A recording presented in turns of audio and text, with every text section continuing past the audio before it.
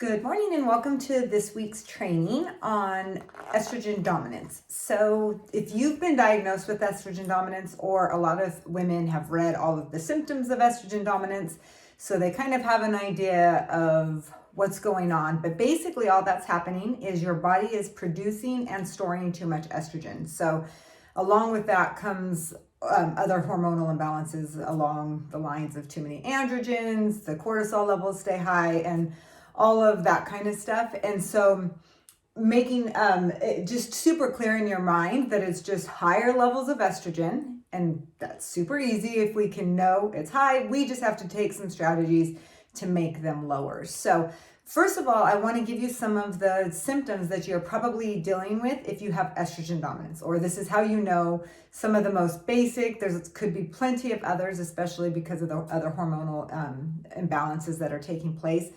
But these are some of the most general. You'll deal with a lot more of everything, is basically how I like to describe it. So you're going to feel a lot bigger. You're going to have a lot more bloating going on. And down here, you'll say that you have excess weight, or you feel like even your boobs get bigger. Everything just gets bigger is what happens when you have too much estrogen being produced. But you're going to for sure have lots of extra bloating. Your bleeding is going to be a lot heavier, maybe even a lot more clotting during your period, but the periods just seem way heavier than possibly before, or they just keep getting heavier. That's a sign that your body's producing and storing too much estrogen. You're going to come back with some probably abnormal pap smears. That's going to throw it off. A lot of people have different stuff going on in their uterus or in their ovaries. Also, like I said, the excess weight, most of that weight, if you're estrogen dominant, is going to be around your stomach and your hip area. And just a lot of times it's more, there's like people can figure out when it just started to come on. It was gradual, but at the same time, it was like after I turned 35 or, whatever it is, but there is the excess weight and around the hips and stomach that weren't always there. Also, like I said, the breast tenderness, even like an increase in breast size is going to be too much estrogen. Anxiety and depression. Normally it's a type of depression. Obviously depression you're going to feel a lot slower and all of that. But the anxiety, it's going to fluctuate with the anxiety and the depression. So you might feel anxious and then you feel like you got your butt kicked and now you're totally out of commission. That's all from those too much estrogen. You're going to probably get some sort of fibroids. I see that lots and lots. That's a sign of too much estrogen. Painful periods, like I said. Endometriosis is another one. Heavy mood swings, like your emotions just become so much bigger. So it's important to remember that with too much estrogen, everything is amplified. Everything is bigger on all aspects. Your PMS is going to be a lot worse. Your irritability is going to be a lot bigger and more prevalent. All of, just so much more in your face, your emotions.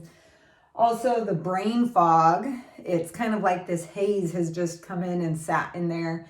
And that's a lot bigger and just more prevalent throughout the day, where maybe before you had experienced it and it was just certain times of the month. But if you're seeing the brain fog more and more, then that's going to be definite signs, along with all of these other ones, that your body's just producing way too much estrogen and stored. So along the lines of the excess weight around your stomach and hips is your body will store, fat cells, especially around your stomach and hips.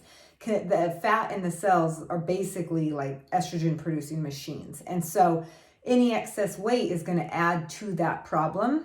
It's going to add to the production and the storage. It's just like this vicious cycle. And so a lot of times when women are trying to lose weight, if they're estrogen dominant, if they don't get to the root problem, their body will not budge. They could try everything that they possibly, every strategy on the earth. And if they do not get to the bottom of their estrogen dominance and why their body is producing and storing so much estrogen, nothing will work. Your body will stay the same. So the whole premise of what happens inside of the brain and the body is When you blame, this is your sentence, blame outside of you. When you're blaming anything outside of you, that increases your estrogen levels.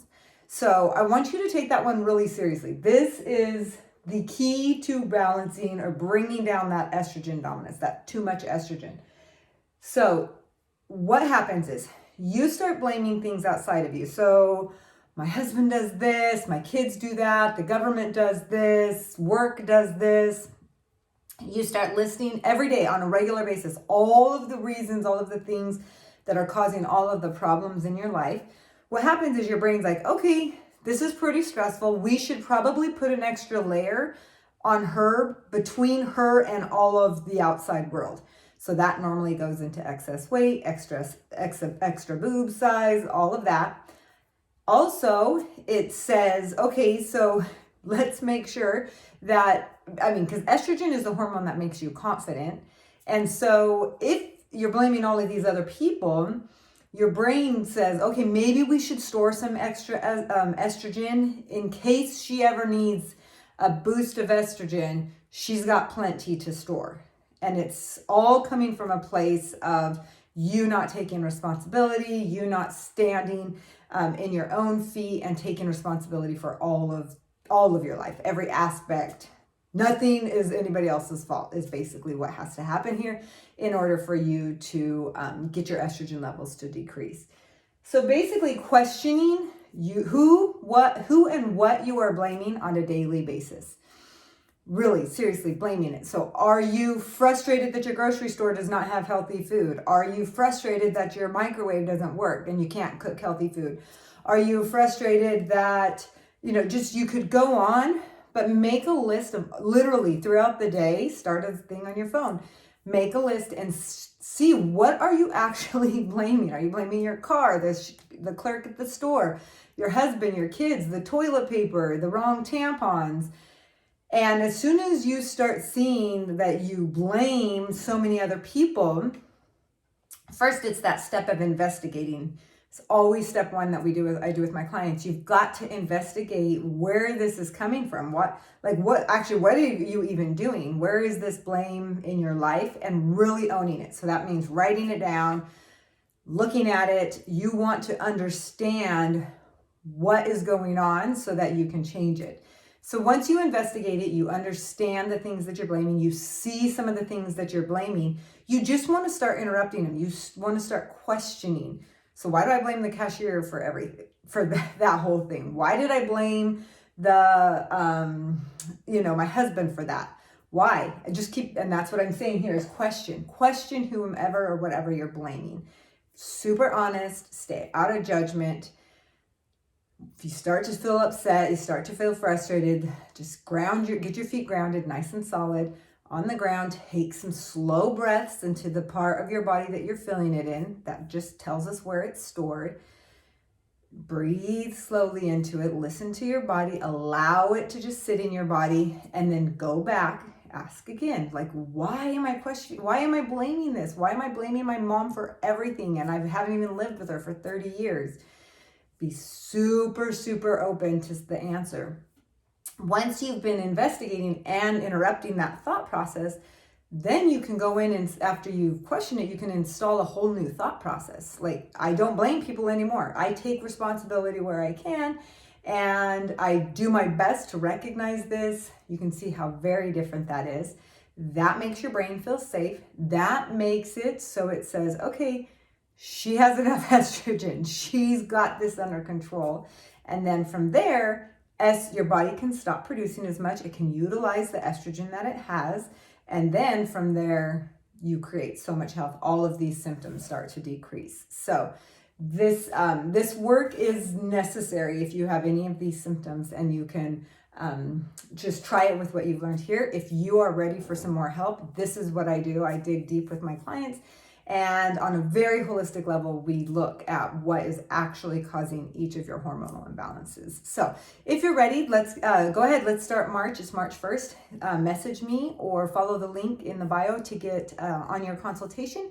And let's get you so many of these gone before March is even over. I know that you can. I swear. From going from bedridden to completely physical and active and none of the symptoms I used to have, I know that this is 100% possible for you. So, all right, let me know if you have any questions. Otherwise, just do this work. Okay, talk to you later. Bye.